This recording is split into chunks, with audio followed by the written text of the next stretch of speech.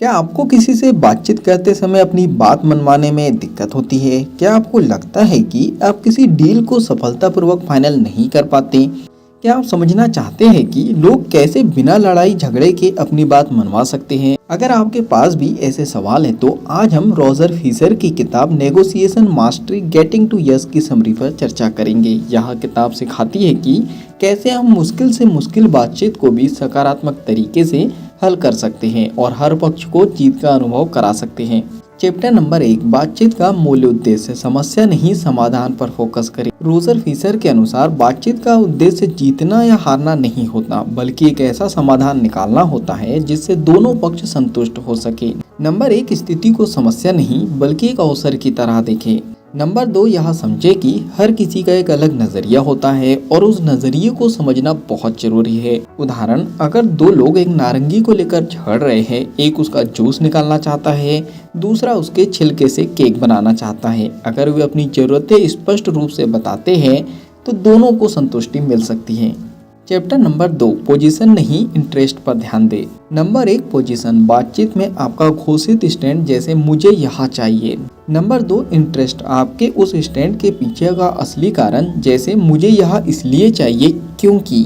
बातचीत में यह समझे कि लोग अपनी पोजीशन से ज़्यादा अपने इंटरेस्ट से जुड़े होते हैं। पोजीशन पर लड़ाई होती है लेकिन इंटरेस्ट पर सहमति बनाई जा सकती है।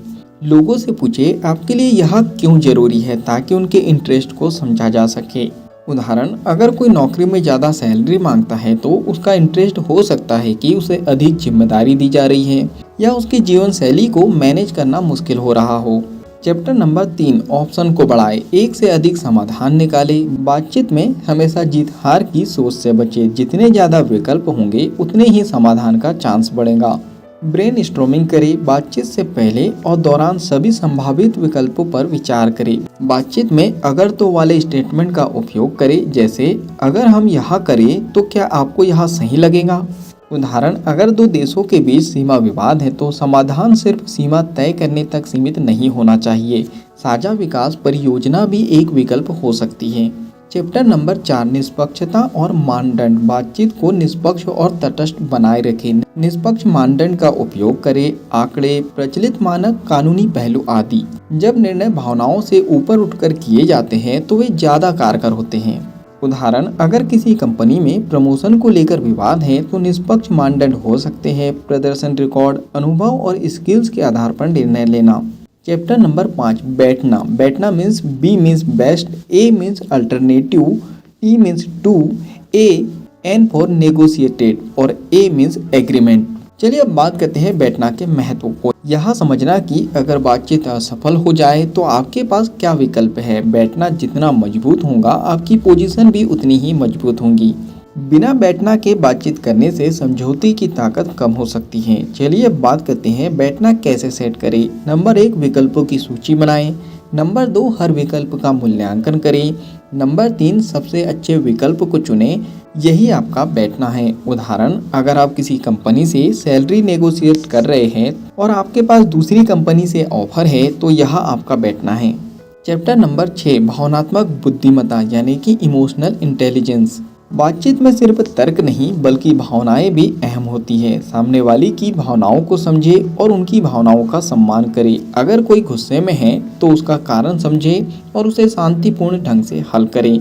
उदाहरण, अगर क्लाइंट गुस्से में है तो सीधे प्रतिक्रिया देने से बेहतर है यह पूछना कि क्या आपको किसी विशेष चीज़ से समस्या हो रही है। Chapter number 7, communication skill. Number 1, active listening, सुने ताकि आप समझ सके ना कि जवाब देने के लिए। नंबर 2, क्लैरिटी, अपनी बात को स्पष्ट और सरल शब्दों में रखें। नंबर 3, बॉडी लैंग्वेज, आंखों से संपर्क बनाएं। नंबर 3, बॉडी लैंग्वेज, आंखों से संपर्क बनाएं, सकारात्मक हाव भाव दिखाएं। नंबर 4, सवाल पूछें, आपको क्या लगता है या आप इसे कैसे देखते हैं। उदाहरण, बातचीत के दौरान बार बार सहमति जताना और स्पष्टता से प्रतिक्रिया देना बातचीत को सहज बना सकता है।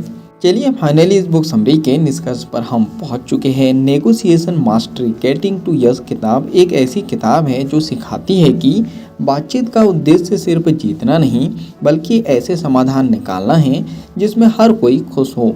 समस्या पर नहीं समाधान पर ध्यान दे, अपने इंटरेस्ट को स्पष्ट करे और दूसरों के इंटरेस्ट को समझे, अधिक विकल्प बनाए, निष्पक्ष रहे और अपने बैठना को समझे, भावनात्मक बुद्धिमत्ता यानी इमोशनल इंटेलिजेंस और कम्युनिकेशन स्किल का उपयोग करे।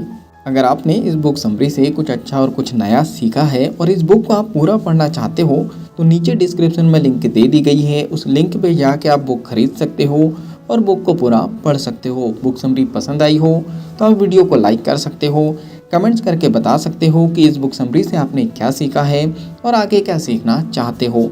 इस बुक समरी को आप ज़्यादा से ज़्यादा लोगों तक के शेयर भी कर सकते हो, क्योंकि जब हम दूसरों की हेल्प करते हैं तो ये नेचर हमारी हेल्प करता है। अगर आप चाहते हो कि ऐसी ही लगातार आपको वैल्यूबल बुक समरी मिलते रहे तो जल्दी से चैनल को सब्सक्राइब कर दीजिए, बेल आइकन को दबा दीजिए, ताकि जब भी ऐसी वैल्यूबल बुक समरी आए उसकी नोटिफिकेशन सबसे पहले आपको मिल जाए। बाकी हम लोग मिलेंगे अगली बुक समरी में इसी तरह हंसते हुए, मुस्कुराते हुए, लाइफ में आगे बढ़ते हुए और कुछ नया नया सीखते हुए। जब तक के लिए thank you so much, bye bye and go for success.